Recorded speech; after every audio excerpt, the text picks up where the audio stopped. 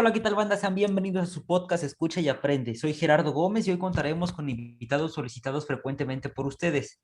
Ellos son dos de los historiadores más reconocidos de nuestro país, Ángel Maldonado y Moroni Santos. Antes de comenzar, les agradezco por venir a platicar un rato con nosotros. No, ni te molestes.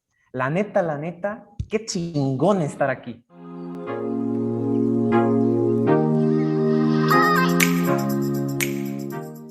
¿De qué quieres que hablemos? Hoy me gustaría hablar sobre un tema que no muchos mexicanos conocemos. Este sería la historia del México independiente.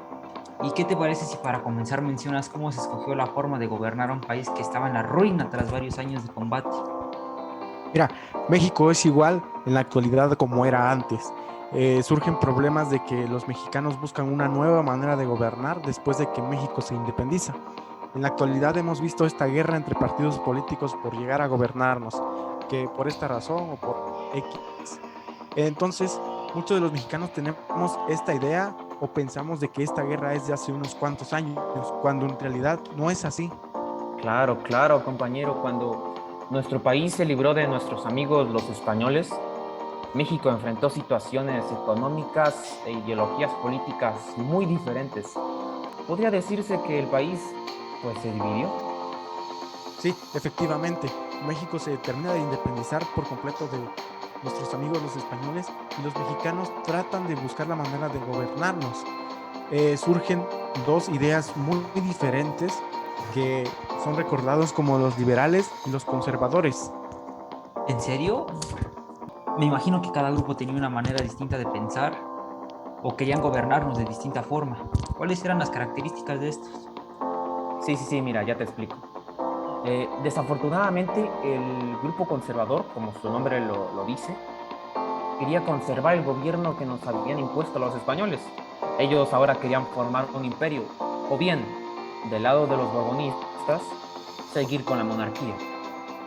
Imagínate, México se independiza para dejar todo esto atrás, para comenzar de nuevo. Y estas personas, no sé si estaban mal de sus facultades mentales, pero querían de alguna manera cometer estos errores. Su ideología de ellos era convocar figuras importantes de España para gobernar en México. Imagínate, regresar a lo mismo. No, sería el colmo volver a tener un gobierno conservador o monárquico. Por otro lado, los liberales pensaban de una manera muy distinta. Ellos querían la libertad individual, la soberanía, ya que estos eran federalistas y republicanos. Tenemos figuras como Carlos María de Bustamante, Santana, y desde mi punto de vista, fue la mejor manera de iniciar algo nuevo. Sí, para los mexicanos era lo mejor comenzar de nuevo con un nuevo gobierno. Lo que ellos querían era tener un país republicano, el cual buscara la manera de promover la igualdad social, los derechos civiles, tratando de defender la libertad de expresión, la igualdad y la justicia, cosa que durante mucho tiempo en el gobierno de los españoles nunca lo pudimos expresar o ver. Sí, opino lo mismo que tú, Ángel. Era la mejor opción para comenzar de nuevo.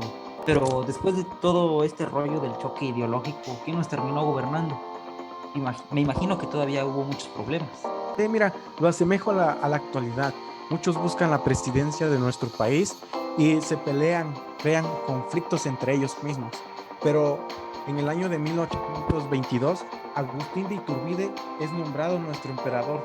Y en la actualidad lo recordamos con nuestro primer emperador porque fue así.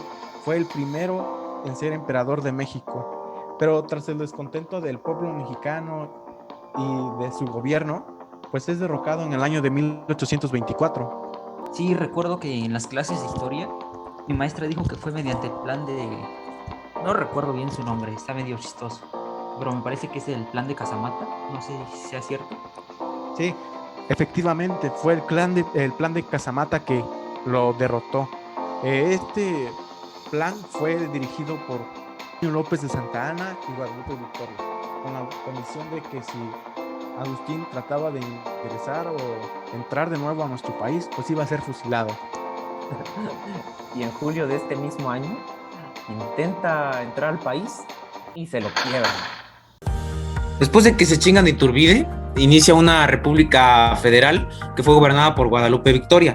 Se hace la primera constitución de nuestro país en 1824, donde no se tomaron en cuenta los derechos ciudadanos, pero al menos estableció seguridad, libertad, entre otras cosas. ¿Recuerdas algo sobre esto?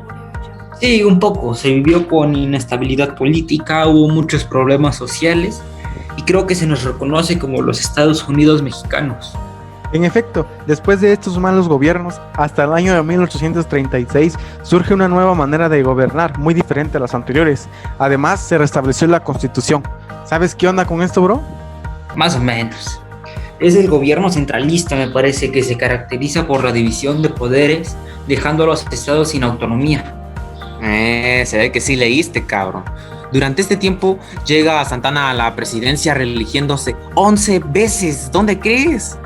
Hasta lo llamaron dictador.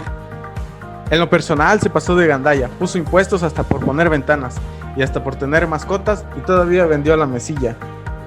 Espera. ¿Te acuerdas que los estados del norte como Texas querían independizarse del país? Entonces estos cabrones se rebelan y capturan a Santana y pues cede su autonomía. Sí, es cuando Estados Unidos, que quería ampliar su territorio, aprovecha el mal estado para quitarnos parte del nuestro. Se llega a un tratado que en vez de ayudarnos nos termina perjudicando, el Tratado de Guadalupe Hidalgo. Se da fin y cedemos Texas, Nuevo México, California, entre otros estados que no recuerdo. Me da muchísimo coraje, en serio. México era enorme, pero enorme. Todo esto se pudo haber evitado teniendo una buena organización, pero no. La neta. Pero más adelante, en 1854, el plan de Ayutla, que fue organizado por militares que estaban muy inconformes, querían sacarlo. Por ejemplo, como Ford hace la ley Lerdo e Iglesias para quitar poder a la religión. Peleó muchísimo con los conservadores. Y es que después de 3 años de que México sufre un montón de problemas, el 5 de febrero se aprobó una nueva constitución y solo 7 días más adelante es nombrada oficialmente por el Poder Ejecutivo. Entonces, ¿sí pudieron sacar a Santana? Ojalá y sí, porque nada más de escucharlo me purga el hígado. Simón, se termina todo este rollo de Santana y se nos viene la intervención francesa que estaba al mando de Napoleón, por ahí del 1862 a 1867. Todo porque el chaparro de Benito Juárez suspendió el pago de la deuda externa en el 61. O sea, sí queríamos pagar, pero no había lana. Como siempre, ¿no? Pero me imagino que hubo guerra otra vez. ¿Saben cómo se vivió esto?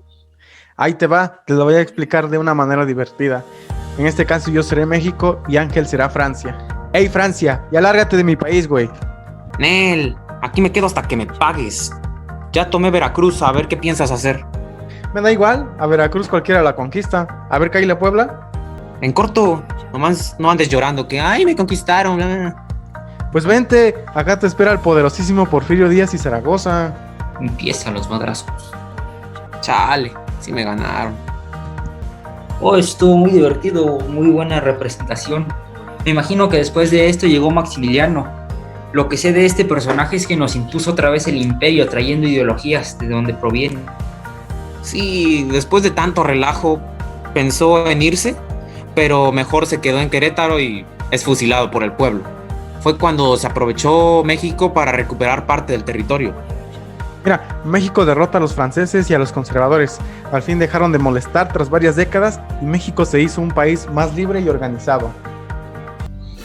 La neta, qué bueno que se acabaron todos los conservadores. Y avanzando un poco, me gustaría que habláramos sobre un tema de muchísima controversia para algunos mexicanos en la actualidad, el porfiriato. Sí, mira, para empezar te voy a decir lo que es. Fue el periodo durante el cual Porfirio Díaz llega a la presidencia, trayendo una serie de cambios increíbles, sorprendentes. Algunos lo consideran como la mejor etapa de nuestra historia. Sí, justo de eso quería hablarte. Algunos de los mexicanos idolatran mucho a Porfirio, mientras que otros lo odian, debido a la mala distribución de riqueza que hubo durante su gobierno. ¿Tú qué opinas al respecto? Mira, primero quiero recalcar que Porfirio cambia el panorama marcando un antes y un después en todo lo que te imagines. Sí, marca un antes y un después, pero solo para la clase alta. Fue la única que se vio beneficiado. En cambio, la clase trabajadora sufrió muchas desigualdades y explotación inimaginables. Ok, reconozco que sí explotó mucho a los trabajadores a cambio de muy poco, pero mira el lado bueno. Logró una gran modernización, instauró una economía estable, innovó los medios de comunicación y transporte, propició la inversión extranjera. ¿Qué más quieres? Pues sí, pero mira el lado oscuro y negativo. Pues la población de México era pobre, nunca se respetó los derechos laborales, estaban muy marcadas las clases sociales. Además, le valió todo el esfuerzo de Comonfort y le volvió a regresar la autoridad a la iglesia. Pienso que Porfirio hizo lo que tenía que hacer para que el país mejorara, aunque sea un poco, porque ya saben, como dicen, una persona que no es capaz de sacrificar algo no es capaz de cambiar nada. A lo mejor si hubiera respetado más a la población, sería más valorado, aunque hay que aceptar que fue uno de los mejores gobiernos que hemos tenido hasta la actualidad. Respeto tu opinión. Después de unos 30 años, y perdón por lo que voy a decir, el pueblo mexicano ya estaba hasta la madre de este gobierno tan explotador, y es que deciden levantarse en armas bajo el mando de Francisco y Madero mediante el Plan de San Luis. Es cuando se inicia esto de la Revolución Mexicana. Aquí Porfirio estaba dispuesto a defenderse, pero cuando vio que la mayoría estaba en su contra, mejor se resignó. Fue que firma un tratado con Madero en 1911, así es como deja el país, se va a París y muere. Luego de esto quedó un presidente interino y se firma el Tratado de Ciudad Juárez, en donde se otorga la presidencia a Madero, pues porque la gente lo quería más. Y después de todo esto, ¿qué onda con el país? ¿Sí se empezó a respetar realmente a los trabajadores o fue puro rollo del Madero? Pues fíjate que no era tanto como lo que esperábamos, ya que no respetaron las tierras de los agricultores, y debido a esto es que Emiliano Zapata decide promulgar el Plan de Ayala, en el cual su lema era "la tierra es de quien la trabaja". Así es, después viene el gobierno huertista, que fue provisional por el despojo de Madero. Tiempo después, Venustiano Carranza, que entonces había adquirido la presidencia, propone renovar la Constitución. Sí, el 5 de febrero de 1917 es cuando se promulga la Constitución, que es la que actualmente nos sigue rigiendo. Y se toma como base la de 1857. Venustiano Carranza sabía que esta Constitución iba a tardar mucho tiempo. Por eso creó un congreso para hacer agendas constitucionalistas cada 2 meses en el estado de Querétaro. Esta Constitución está muy chingona porque, mira, impuso artículos como el 3, que es famosísimo, en donde dan facultades de intervenir en materia educativa, el 27, que impulsa la reforma agraria de los campesinos, el 130 separa la iglesia del Estado, se divide en 2 partes, la dogmática, que están establecidos los derechos ciudadanos, así como garantías, y la orgánica, que principalmente son los poderes públicos. Me parece muy bueno que se les diera un poco más de respeto o incluso atención a los campesinos después de todo lo que habían pasado. Otra cosa muy importante fue la materia educativa. Por fin hacían algo bueno con la clase obrera. Después de todas estas situaciones vinieron muchísimos más presidentes y como te darás cuenta que cada uno de ellos tenía características muy distintas. ¿En serio? ¿Me podrías mencionar cuáles eran, por favor? Ok, acabando Carranza estuvo la presidencia interina de Adolfo de la Huerta. Digamos que preparó el camino para el gobierno de Obregón. Así es, compañero. El mandato de Álvaro intentó concluir el proceso de pacificación que inició de la Huerta y repartió un montón de tierras a los campesinos del Estado de México y Morelos. Además, tuvo relación con Arizona y Sonora. Algo muy relevante de su gobierno es que fundó la SEP, la Secretaría de Educación Pública. Tengo entendido que después de esto, Plutarco Elías Calles llegó a la presidencia. En efecto, él reconstruyó la economía con una reforma fiscal que había iniciado Obregón. Las cosas más importantes que hizo fue la elaboración de carreteras y no manches, durante su mandato se creó el Banco de México y algo que va a marcar por siempre su gobierno es que se enfrentó a los cristeros. Sí, al terminar este periodo, Álvaro Obregón se postula de nuevo a la presidencia y gana. ¿Pero qué crees? Colgó los tenis. Y es cuando el Congreso pone a Portes Gil y se da inicio al maximato. Al mismo tiempo se da inicio a una nueva crisis económica.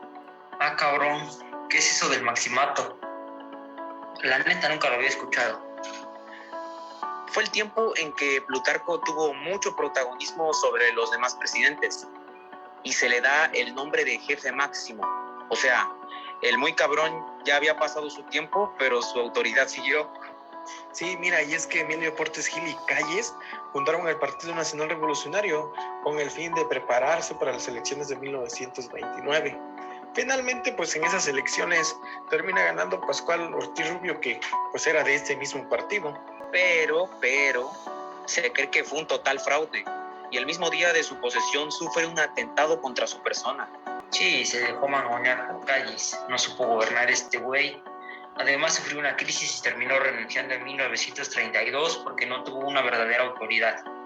Prácticamente fue un pésimo presidente. Termina renunciando y entra a gobernar Abelardo Luján. Sucede lo mismo, se dejó influenciar por Calles. Al concluir su mandato, aumentó el tiempo de gobierno pasando de 4 a 6 años. Es así cuando Lázaro Cárdenas toma posesión de la presidencia y de nuevo Calles intenta controlarlo, pero este no se dejó y lo acusó por conspiración contra el gobierno. Mira, las principales características de este gobierno es la creación del Congreso Unificador, donde se unieron diversos sindicatos. Creó el Instituto Politécnico Nacional y el castillo de Chapultepec pasa a ser un museo. Además, en 1938 empezó la expropiación petrolera. Hombre, este ya se empezó a poner las pilas y a hacer cosas buenas para la población. Y sí, con este presidente se da fin a los gobiernos postrevolucionarios y da inicio al presidencialismo. Me gusta. Sí, mira, el primero que entra en esta nueva forma de gobernar, que es los gobiernos del presidencialismo, fue Manuel Ávila Camacho, que durante su mandato se da la Segunda Guerra Mundial y se caracterizó por la fundación del IMSS y logró una leve conciliación con Estados Unidos. Se me hace que este fue el que menos trabajó. Así es, sigue Alemán Valdés. Con él se logra un incremento en capitalismo, impulsó los medios de comunicación y transporte, se crearon diferentes universidades, pero como todos, hubo corrupción y desigualdad social. Qué chido de su parte que hizo universidades. Así más gente pudo tener o concluir sus estudios. Después viene Adolfo Ruiz Cortines, quien destinó los recursos a los sectores necesitados y reformó el artículo número 34 para reconocer el derecho de las mujeres al voto en el año de 1953. También detuvo obras públicas innecesarias y en 1954 los extranjeros ya no querían invertir, lo que causó fugas de capitales y muy baja creación de empleos. Este se preocupó más por la gente, pero no le gustó a los demás que tenían poder. ¡Qué canijos! ¿Pero qué crees?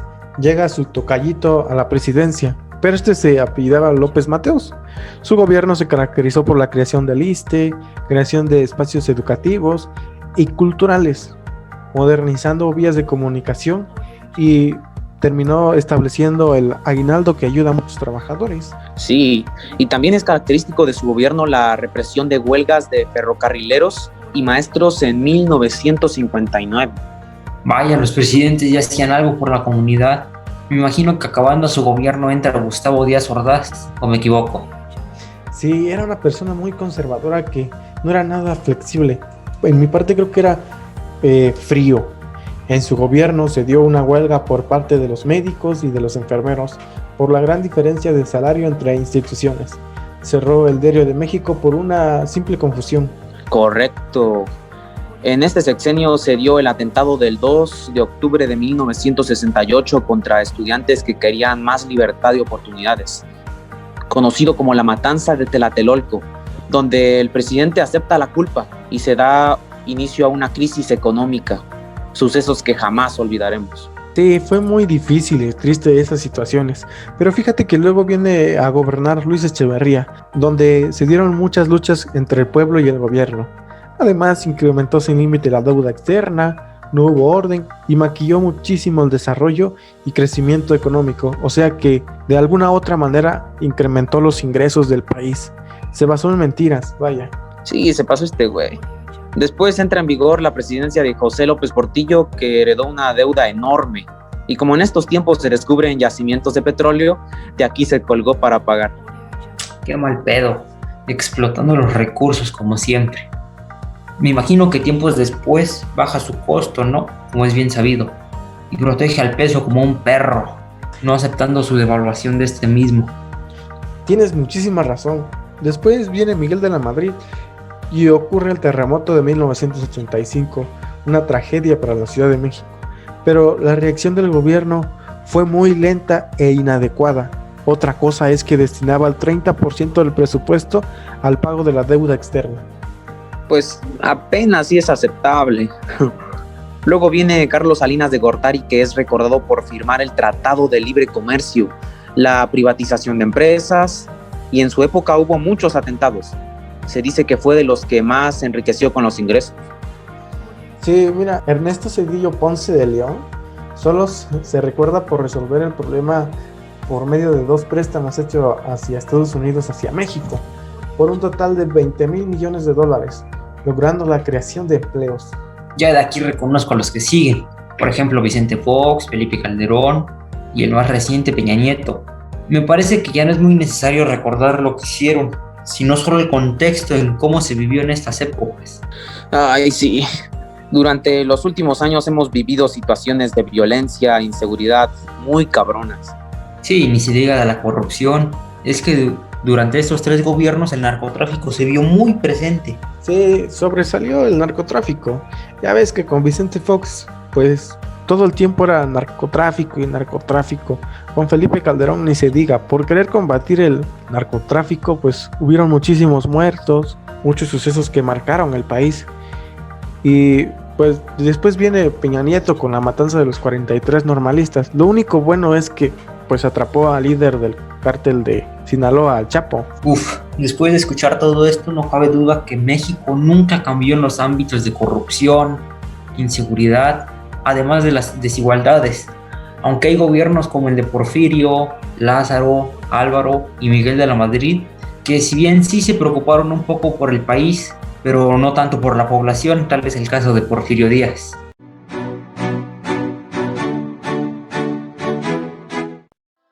La historia, qué contrastante, diversa. Somos tan dichosos de poder apreciarla. El origen de lo que ahora somos, como Estado, como país. Hemos pasado de todo: crisis, guerras, rebeliones, explotación, impunidad. Desde luego momentos de prosperidad también. Desde intentar forjar un país independiente tras la libertad tan ansiada que soñábamos, nuestra trágica pérdida de territorio y encima una dictadura. Luchas constantes con conservadores, intervenciones extranjeras, pero al final la restauración. Sí, yo me quedo con Porfirio y su cambio tan brutal en lo que ya sabemos. Evolución seguida por revolución, años de un proceso de reconstrucción política. Los gobiernos postrevolucionarios, calles con su maximato, Cárdenas, güey, otro parteaguas, el milagro mexicano, otro suspiro para la nación. Sí, bro, donde las cosas se fueron cambiando junto con los presidentes que siguieron hasta Gustavo, con una crisis y un descontrol que hasta ahora seguimos teniendo muchas deudas. Décadas persiguiendo esta crisis que nos debilitaba, terminando con ella hasta el inicio del siglo. Y lo más cercano, la alternancia en el poder.